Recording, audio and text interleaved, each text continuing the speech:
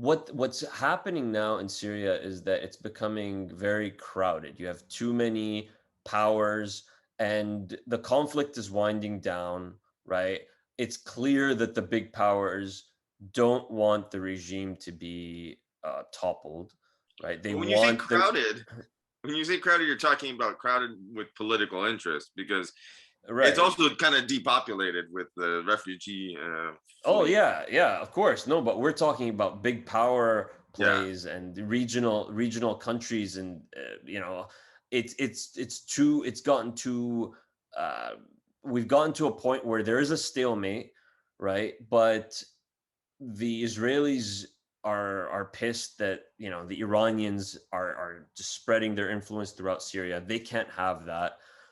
The obviously that pisses off the Gulf states.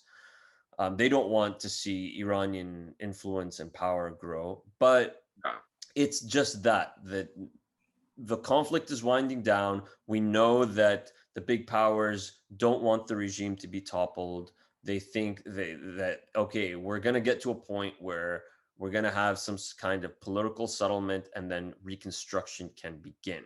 However, before that can happen, we have to get the big players to agree on like a, let's say, the least common denominator, on like to have a set stage for that winding down and the ending of the conflict, and that can't happen in my opinion with Iran's presence. So what's happening now is that the obviously, like I said, the Israelis don't want them there, the Americans don't want them there, you have a lot of Syrians who don't want them there. And the Russians, yes, they have They good tolerate them. ties. They have good ties with Iran on Mm. a like a in the bigger picture sort of thing, especially when it comes to direct ties between.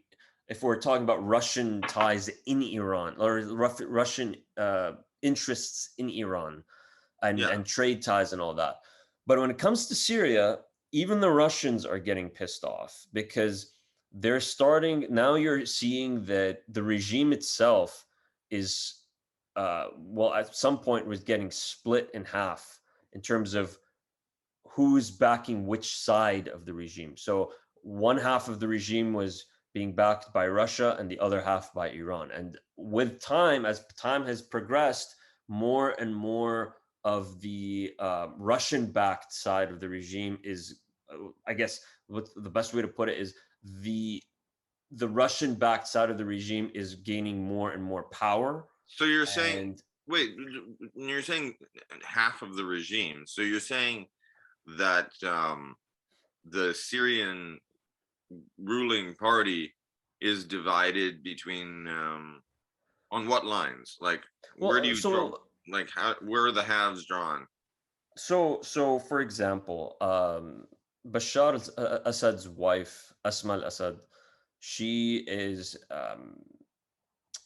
she so she was British born. She's fully Syrian. Her parents are Syrian, all that. But she was born and raised in the UK, and the vision that she has had for Syria, even before the conflict began, was to develop it and sort of like create like an economic opening for the country, kind of along neoliberal lines, kind So of like what we've seen. she's Syria's Hillary Clinton. In a way, yeah. I mean, you could see what she's doing, similar to what someone like the Queen of Jordan was Yeah. doing in the Queen Rania. That's the idea, right? And so her worldview and her style doesn't jive well at all with the Iranians, right? Yeah. And so she's gained a lot of power and influence over the past few years. The Bashar al-Assad's family, so there was a very powerful family, the Makhlouf family, who were so they're the Assad's cousins, right? And so they controlled a lot of Syria's economy during Hafez's time. So the father's Bashar's father, Mm. his wife was a Makhluf, right? His wife was from the Makhluf clan. Uh, So but by the time Bashar took over, and with time after the conflict took off, uh, the Makhluf family lost a lot of its power and influence, and now a lot of that power and influence was taken up by Asma al-Assad, right? So Bashar's wife and her family, right? So basically, what we have now is that her side is backed by the Russians, and then there were a side, his brother's side were backed, and he has a big chunk of the military backing him. Were backed by the Iranians, but the brother, this was like a while back. Now it's like like I said, they've had tensions with the Iranian militias, with Hezbollah and all that. So we're seeing that the Russians are slowly taking over in terms of the control of, or the backing, the full backing of the regime. And so the idea is that, all right, we need to smartly muscle and push the Iranians out. Now that I think will be very much tied. So if we're talking about the big chess game, with the Iranian nuclear talks, if mm, the Iranians are going to want the sanctions lifted that were placed on them by the U.S., I think that part of that agreement, Syria is going to be a part of that agreement, because that, like I said before, the Israelis and the Gulf states are pushing hard for that. For that, they're pressuring the Americans for that as well.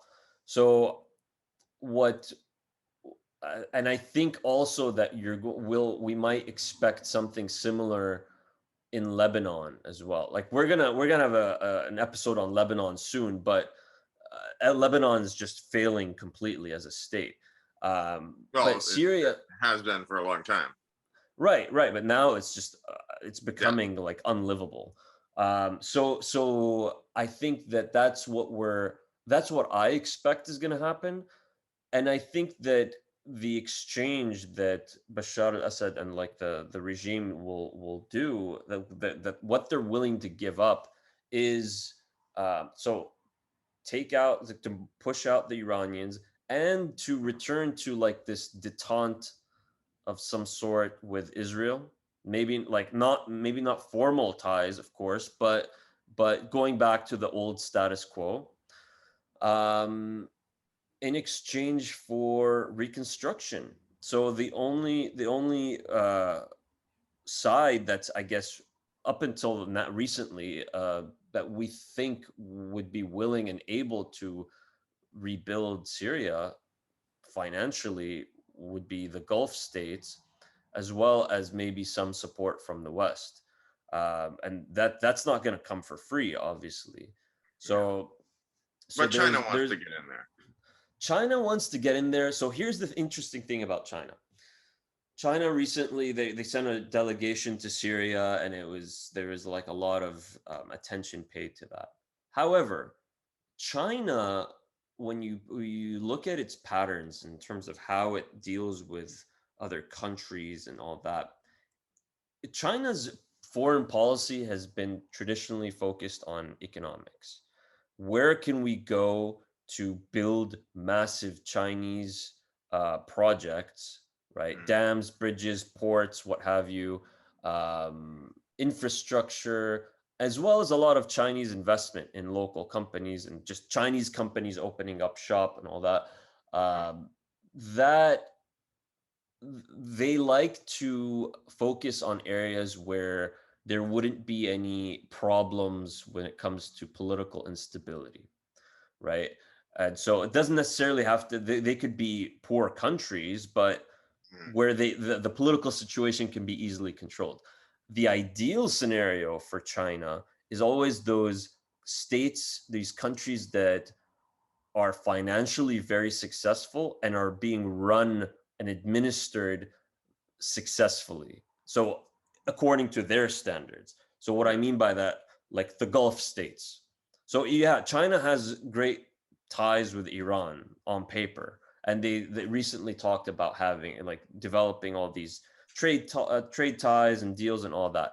But if they had to pick between trade ties between Iran and the Gulf, they'll pick the Gulf because it's easy to go into the Gulf and build, and there is no there are no sanctions there. There is no political stigma involved. It's easy to make a lot of money if you're going to invest in the Gulf. Same with Israel. Israel is they love doing business with Israel because it's a rich country. It has a lot of political backing and it's easy to go in and do business there. So in Syria, I think that the Chinese now they're moving to the point where they're trying to move to develop their foreign policy so that it's not 100% just economic, but to counter American uh, political influence and power. They're wanting to develop their own political influence and military influence as well. I think that they want to extend their One Belt, One Road project to the Mediterranean. Uh-huh. And a good way to do that would be through Syria and Lebanon. They can't, don't think they could ever do it in Lebanon without going through Syria and getting Syria's Oh yeah, approval, really. of course. But the idea then is unless Syria is like the conflict is solved and the political situation is not nearly as messy, I don't think the Chinese will get involved. I think they're setting things up so that if it does get to that point, they're ready to get involved. They're But they're planting some seeds and waiting for the smoke to yeah, clear. yeah. But And then you know, the they're going to be Russians. coming in with contractors to like build, building, Right, rebuild. right. But the Russians are there on the front line. They're the first in line. The Khalijis, they want to build a Yeah. lot too. They have a lot of construction companies, and they know that they could make a lot of money in Because Syria there's in only so building the many country. skyscrapers they can build in their own damn countries. Yeah, I mean those like the Saudis and the Emiratis specifically have massive construction companies that I mean after building all the skyscrapers in the Gulf moved to building in Egypt, in Morocco, in Hmm. Syria, in Lebanon. They This went is everywhere. this is where the Bin Ladens got their money.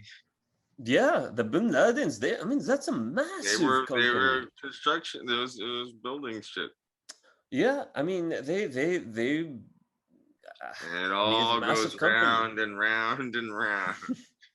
Yeah, yeah. I mean, there was a massive um, villa complex outside of Damascus in its very, very posh area that was built by the Bin Laden company.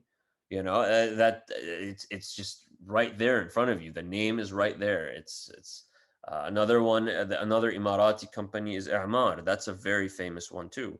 So yeah, that's Yeah. so the reconstruction. That's what we're expecting. That's how I, at least how I see it.